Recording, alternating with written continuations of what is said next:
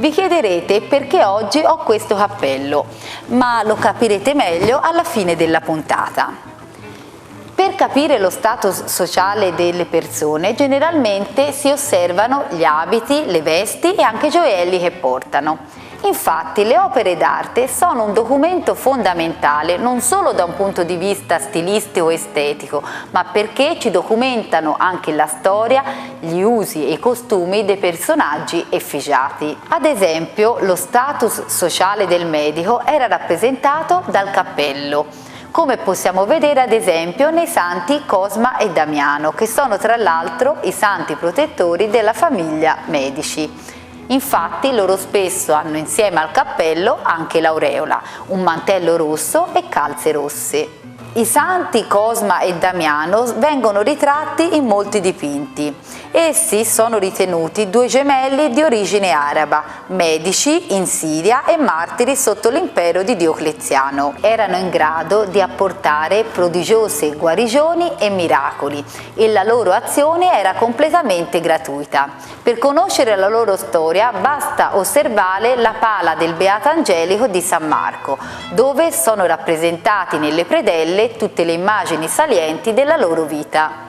In una sola occasione, come ben ci documenta una delle predelle di San Marco, era stata elargita al fratello minore Damiano una ricompensa di 3 uova da parte di una contadina che era stata miracolosamente guarita.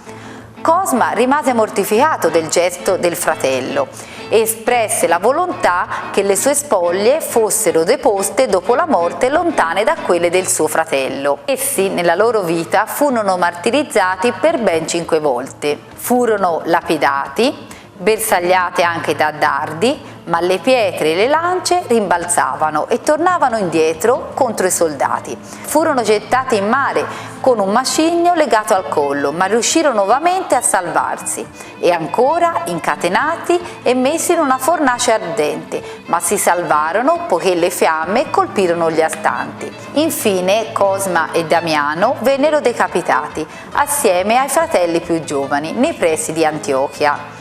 A Cosma e Damiano fu data quindi una sepoltura. Inizialmente si pensò di rispettare quelle che erano le idee di Cosma di non essere sepolto accanto al fratello, ma apparve un cammello che disse invece che Damiano, mosso da carità, aveva accettato per non mancare di rispetto le 3 uova offerte dalla contadina, quindi furono allora posti insieme nella tomba. E vediamo proprio nella predella del Beato Angelico sullo sfondo la via larga, l'attuale via Cavour, con il convento di San Marco alle spalle.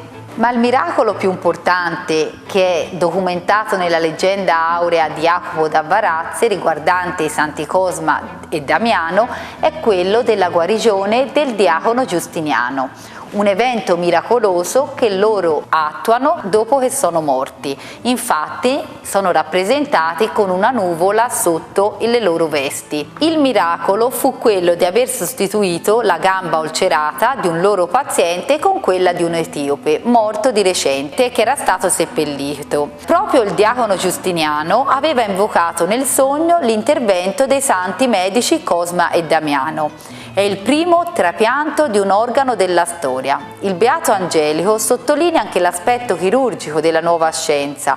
Sul lato infatti del capoletto è appeso il contenitore in vimini del recipiente di vetro con le urine, mentre a destra una porta spalancata offre la speranza di un ritorno verso la normalità della vita. I santi Cosma e Damiano sono dunque i protettori della famiglia Medici e il loro nome ritornerà spesso nella casata. Abbiamo visto ad esempio come Cosma Cosimo ritorni in Cosimo il Vecchio, Cosimo I, Cosimo II, Cosimo III, mentre non avviene altrettanto per il nome Damiano.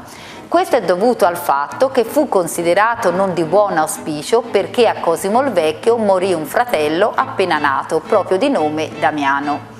Anche Vasari, a Palazzo Vecchio, volle raffigurare Cosimo il Vecchio e Cosimo I dei Medici sotto le spoglie dei santi Cosma e Damiano. In mano hanno anche il libro della Sapienza, la palma del martirio e l'aureola.